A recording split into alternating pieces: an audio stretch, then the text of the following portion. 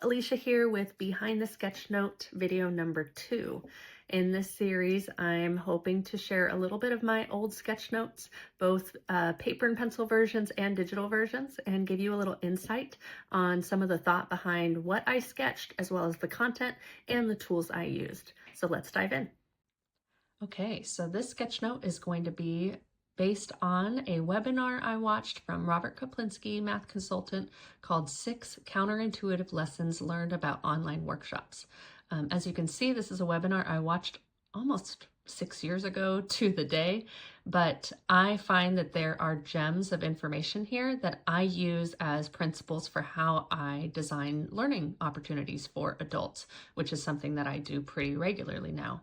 And in this webinar, a big shocker was that only 20% of the people who sign up for a course actually want to complete it. And for someone who watches like progress on when someone signs up for my workshop, it is hard not to take offense when you don't see 100% completion. But then I think of all the book authors that if they knew exactly how many pages or how many hours I spent reading their content and the parts that I skipped, I don't think we would want to know that because you're not always reading it to completion.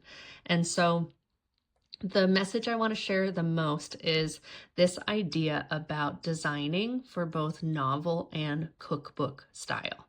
And so the way that Robert describes it is that a lot of times we traditionally describe or design things as if they are novels. And so an onboarding training, a workshop, a video, assuming that people are going to start at the beginning, go all the way through to the finish in a linear model. And that goal is completion. And the reality is we're adults. There's a lot of competing priorities, and most people interact with things more like cookbooks. You read it in the order that you need it. You look at the table of contents, you go straight for the part that you want, and you grab that piece of it. And if you like it, then you might come back for more. And so when you're designing learning for especially adults, you got to design for both. And so what that looks like is in videos or in the resources we share, make it very clear and structured for those that are watching it in order, but also know that it needs to be standalone, that if they only saw that one recipe or that one video or that one lesson, like opening a book to chapter 5 and not seeing the introduction, that it stands on its own. And so that is a big design element that I've taken in recent years. And then the other major thing that I will say from this sketchnote is this idea of how do people prefer to interact with like the release of information. So Netflix would be, you have all of it at once. You can see every lesson versus traditional TV is stay tuned until next Friday to get episode number 3. And looking over here at the actual webinar source, you can see that 60% preferred the Netflix model, that idea of I can get it when I want, and 40% wanted it kind of slow revealed or slow released. Just give me what I need to know when I need to know it. And so think about your audience. What is the purpose of the information? Do you want to give them everything so that those can race through on their own? Or is it better to just give them what they need when they need it? So there's a philosophy of just in time versus just in case.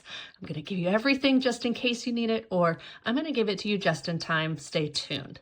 So there's a lot more to this sketchnote. I don't always do multi-page notes like this because, as you can see, they're a little bit harder to share in succinct form, but the tool I used was an app called Notability. It was at a time when I was taking a lot more notes and keeping a lot more folders. And so Notability is really easy. I like dot grid, so it has a template like that. Easy for taking very simple visual notes. I was able to walk around with my iPad when I was doing classroom visits or coaching and just keep those notes organized as we go. So that was behind the sketchnote number 2. If you haven't seen the previous one, go check that out on LinkedIn or YouTube. and I hope to make more of these to share a little insight behind the thinking and some of my favorite sketch notes.